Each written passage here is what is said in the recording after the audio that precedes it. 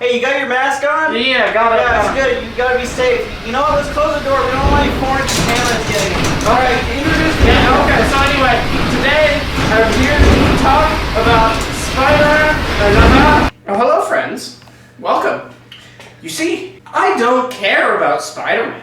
I mean, granted, I have nothing against him, but I have never really cared that much about Spider-Man. But I also have noticed Spider-Man videos do a lot of numbers. So, here I am today to talk about Spider-Man.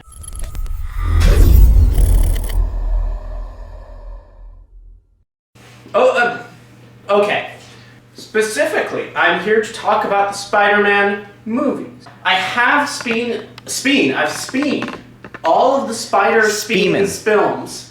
I haven't really cared that much about any of them. They were fine. I didn't hate them. Well, except for one. And I didn't like them. Well, except for one. Did you like any of them? I just said except for one. But did you hate any of them? I just said except for one. Like Spider-Man 1 or Amazing Spider-Man 1? We will get to that. But before then, we are not yet so far from home that we have yet to talk. Oh! But before that... Do that again.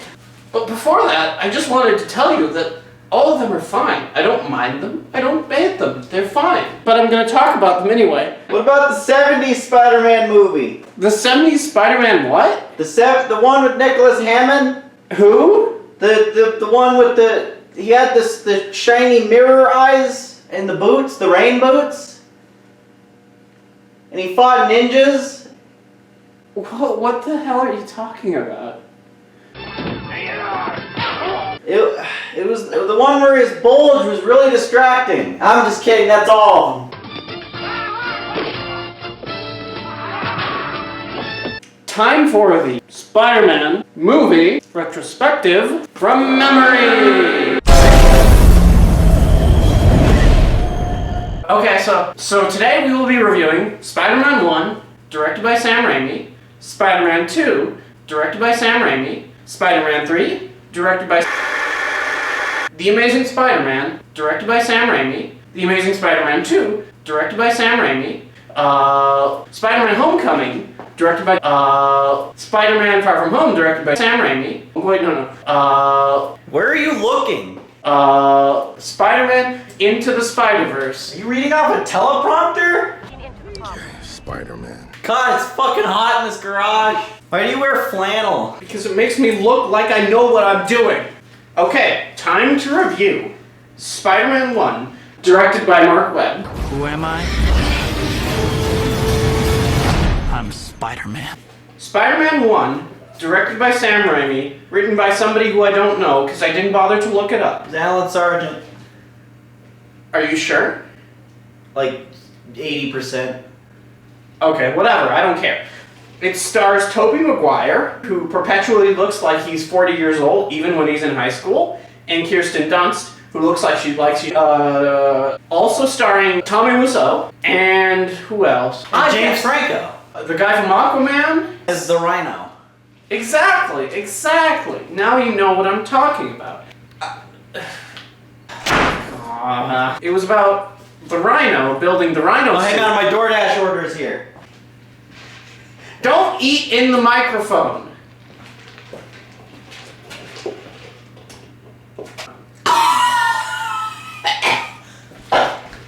The film bro cinema snob thing would be to say that it's good because it's directed by Sam Raimi. You so fucking precious when you smile.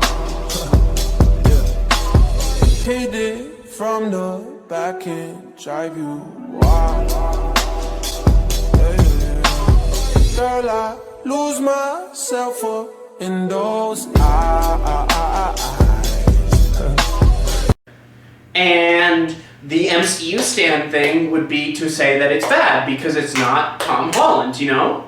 Here, look, obviously the problem is that Tom Holland has more defined abs than Tobey Maguire does in this movie.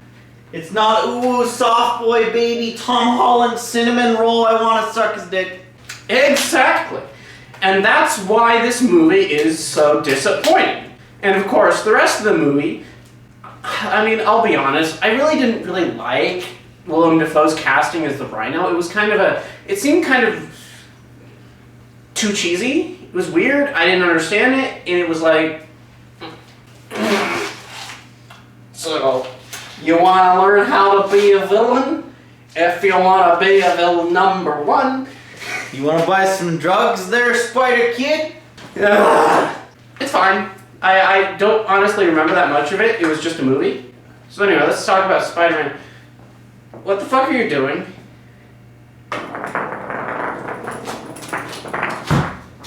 Can you give me that back?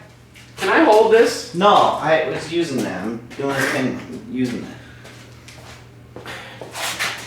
There are bigger things happening here than me and you. Spider-Man 2, directed by Mark Webb. If I were wearing a certain type of shoes, I would like this movie very much.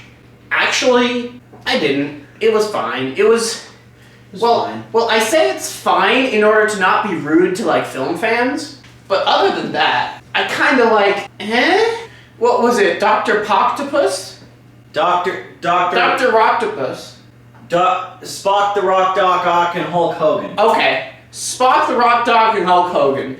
That character, I mean, the interesting thing about it is that it is obviously a metaphor for Harvey Weinstein. If you think about it, it is these tentacles coming out of his back to molest women.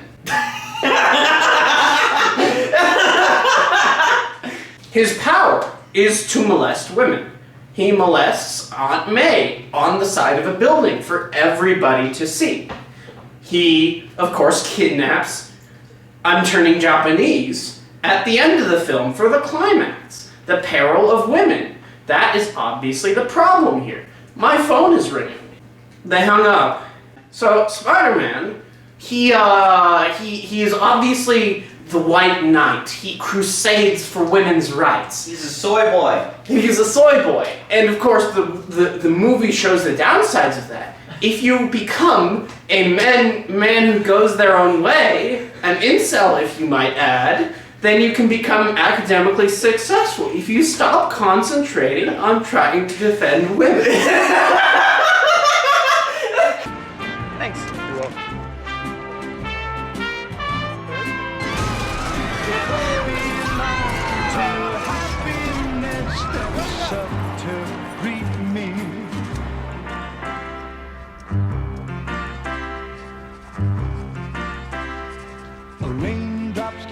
And when the borderline is tau equals 0, the eigenvalue...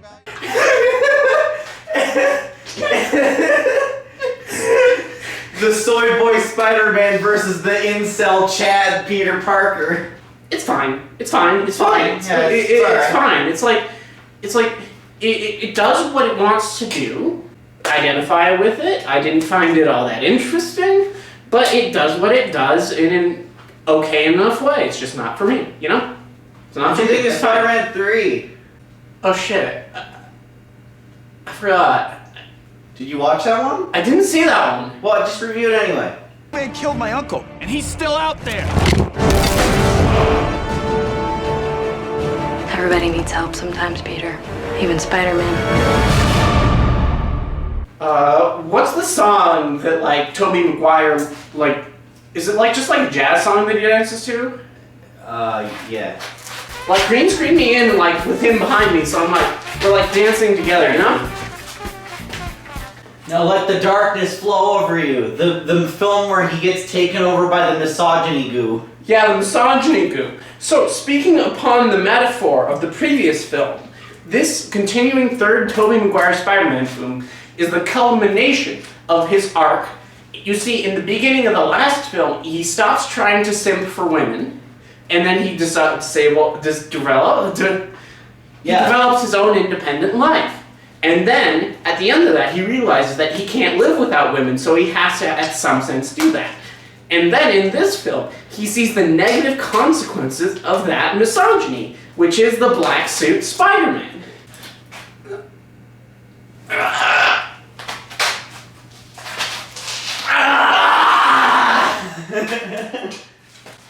So when he does that, then he becomes a non-misogynist, non-simp, non-incel, who has a good relationship with women. And that's the main theme of Spider-Man 3. Also, there was a sand guy. Yeah. I think this is a crossover with Star Wars. Yeah. Yeah, a crossover with Star Wars Episode 2, which, of course, as we recall in the famous line, Anakin's nemesis. Anakin's nemesis. That's coarse, rough, irritating, and it gets everywhere. Why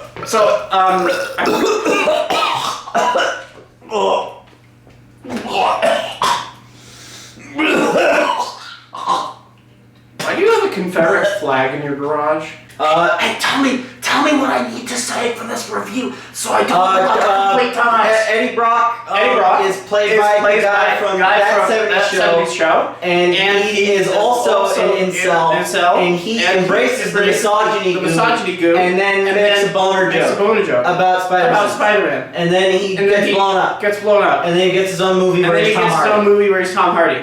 Oh shit, I forgot about that one. Should I review Venom after I review the other Spider-Man movies? How was it? I didn't like it. I forgot all about that thing. It was your dad's. Your father was a very secretive man, Peter. Dr. Connors. I'm Richard Parker's son. Your father and I were going to change the lives of millions, including mine. So, we are... Andrew Garfield's abs. Yay or nay? Abs. Abs. Abs. Abs. Abs. I don't remember. Amazing Spider-Man, directed by Mr. Webb, is... What are you doing? It has Emma Stone in it, and she's good in other things. I mean, his suit is okay. Puff painted as shit. The bit on the bridge is okay, you know? When he's like rescuing the little kid. And he says that line that ruined my career. I am the bomb squad? Don't cry, it's okay. It's okay. The main tension that I didn't really buy was the, oh no, my father, who's the chief of police, doesn't like you. Look, she's a teenage adult. She's 25. She's repeating high school for the 4th time. She clearly can do whatever the hell she wants. We're not socially distancing. I remember the scene in the lab when Gwen Stacy is hiding from the lizard, you know? Oh no, I'm behind a table. Blah, blah, I'm the lizard. I can't see you. Like, seriously. I don't remember, like, that bit too much. It's just a movie that's not very rememberable, you know? Which means they could have built off of it into a solid sequel that would have expanded the lore, expanded the universe, created something truly unique and interesting. So sorry, I'm late. I had a traffic thing. Did your traffic jam have anything to do with being, I don't know, shot at by machine guns? Yeah. Oh, no, I was implying that. There's a park area. Oh, boy. What about the one where he like is a creepy stalker, and then Jamie Foxx gets struck by lightning and it makes the gap in his teeth fix, and then he gets mad that Spider-Man didn't go to his birthday party, and then I'm gonna be honest, I don't remember anything about what you're just saying. Amazing Spider-Man 2. The guy from Chronicle was James Franco. That's the only part that I remember, is that Dane DeHaan was actually kind of good in this movie. It was a good performance. I liked the scene. I liked the little bit of music, the little music cue that I gave him. When I was like, God, that would be 6 years ago. So I was 15 maybe? Around there. I downloaded that on my iPod Touch and I listened to it a lot. The rest of the movie, Andrew Garfield is fine. He has some romantic tension, sort of a disagreement agreement thing with his romantic partner Gwen Stacy, because she wants to go off to study in the not America part of the world. And he's like kind of maybe he's dead, but he's also not dead. You gotta be able to smash in person. Father of Dane DeHaan, planning Sinister Six. There's a bunch of villain super Iron Man suits in his basement. And then there's like Dead Not Dead, Osborn guy who his son is sick, so then he goes into the basement and is like, here, I'll take my suit to heal myself, and then I become crazy. As all evil supervillain corporations do. There's also like a giant vat of eels that like an electrician falls into randomly, and he likes Spider-Man, and then he becomes Electro, and then he's like weirdly angry and villainous for no discernible reason. And Spider-Man didn't go to his birthday party. But what about us? A lot of people hate it, but I can't really be bothered to hate it because it's not really that interesting. There's some interesting moments in it that you see like in another movie it could have been fine, but in this movie it's just, there's just so much shit happening all at once where you're like, so why should I care? Speaking of why should I care, let's talk about Tom Holland. Stay close to the ground and stay out of trouble.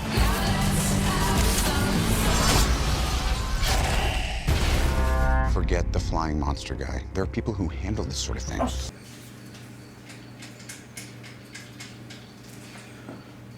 Tom Holland was cast as Spider-Man in Captain America Civil War, and then he showed up for a 15-minute fight scene that a lot of people like, but I don't care about. I accidentally hit it again, I'm sorry.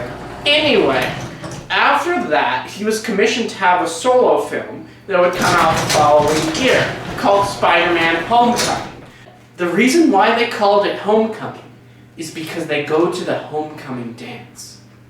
And also a passive-aggressive jab at Sony for taking the characters' rights away for film for so many years. Is that why they came up with that stupid every movie has to have home in it name convention? Yeah, because they think that Spider-Man's home now. Should they have called... So then, well, here's a question. What would you have called the one after Homecoming?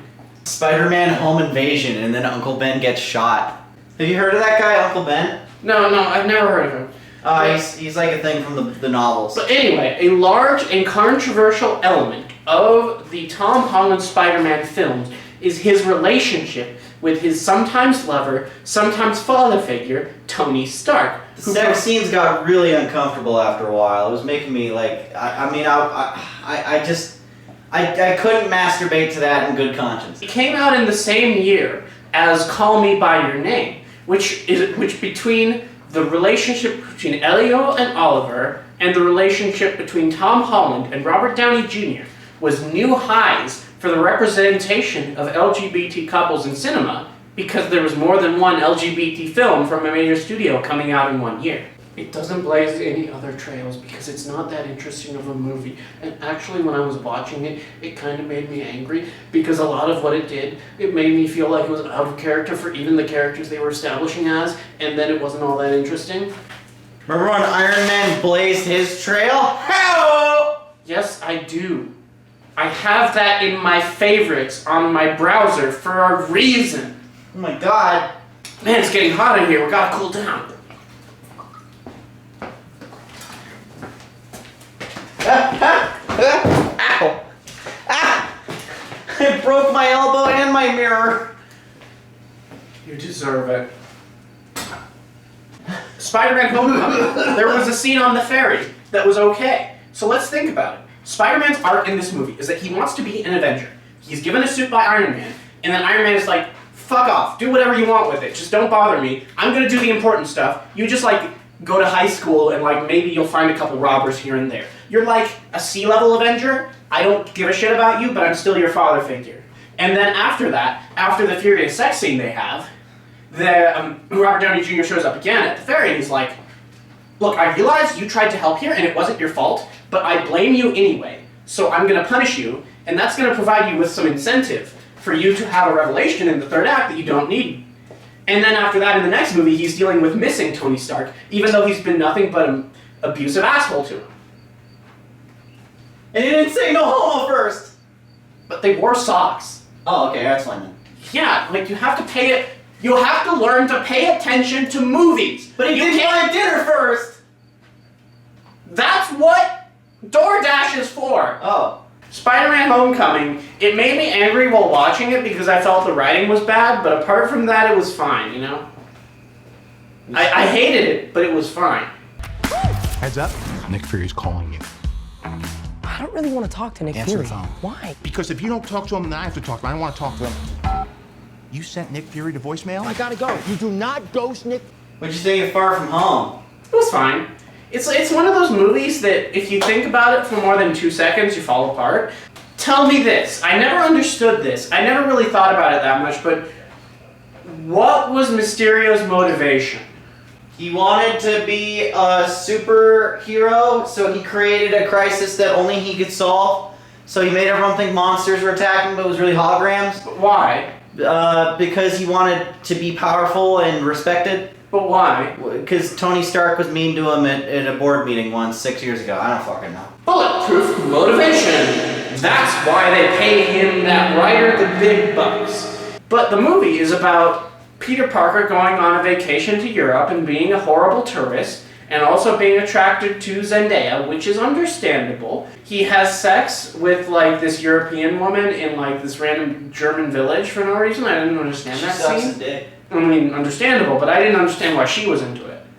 Well, because he had the abs. Oh, right, I forgot about the abs. Yeah, remember? The abs. So because the abs make an appearance, this is the best movie in it. And then, after that, there's like these like glasses. Edith, open the garage. Well, you see, they actually work. Oh my god! It's gone rogue! Oh, the robot drones are coming! Oh fuck!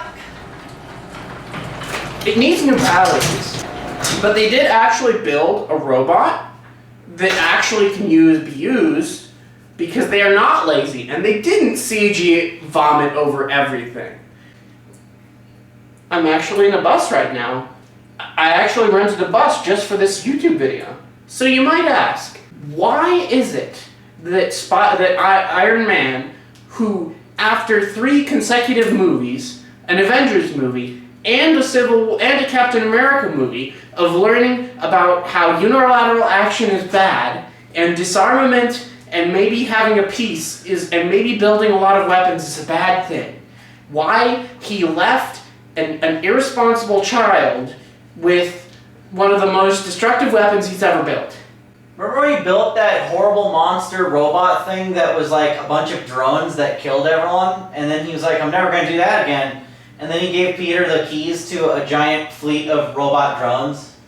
I gotta be honest, I watched this on like July 4th at somebody's birthday party, who I'm not going to mention because he doesn't matter and he's not important. So because of that, it was a good enough memory. So it's fine. Like, you can watch it, put it on with your kids, just like don't think about it. Holy shit, you're still talking? Star Trek. All right, let's do this one last time. Spider-Verse. It's pretty good. Yeah? Yeah, alright. Yeah. It's got some pretty animation. Anything else I should say?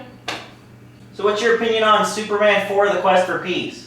Oh, I love it! That movie is so good! Like, have you seen the scene on the moon when they're like fighting each other? He makes the nuclear man when he throws all the bombs in the sun? Like, remember that? Well, no, remember the scene on the moon where they're fighting and you can see the wires? And like, remember the scene when Superman is carrying the Statue of Liberty and then Nuclear Man has like his extendo nails and he scratches Superman on the neck? I fucking love Superman 4, The Quest for Peace. It is so beautiful.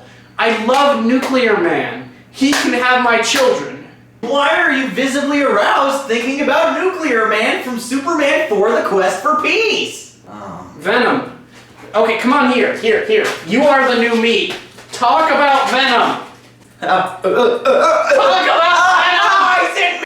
So anyway, Venom is one of the worst movies I've ever seen. It's unwatchable. I can't stand it. It's as if Cancer became a movie. The scene where Tom Hardy sits in the lobster bowl is one of the things I wish I could forget. I hated it. I hated every single moment of it. I can't stand it. It was one of the worst movies of all time, and I can't believe that like a turd in the wind.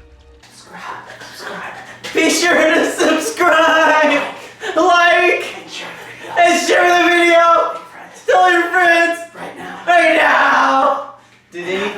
Do they need to comment too? Yes, they do need to comment as well. Okay, oh yeah, do that too.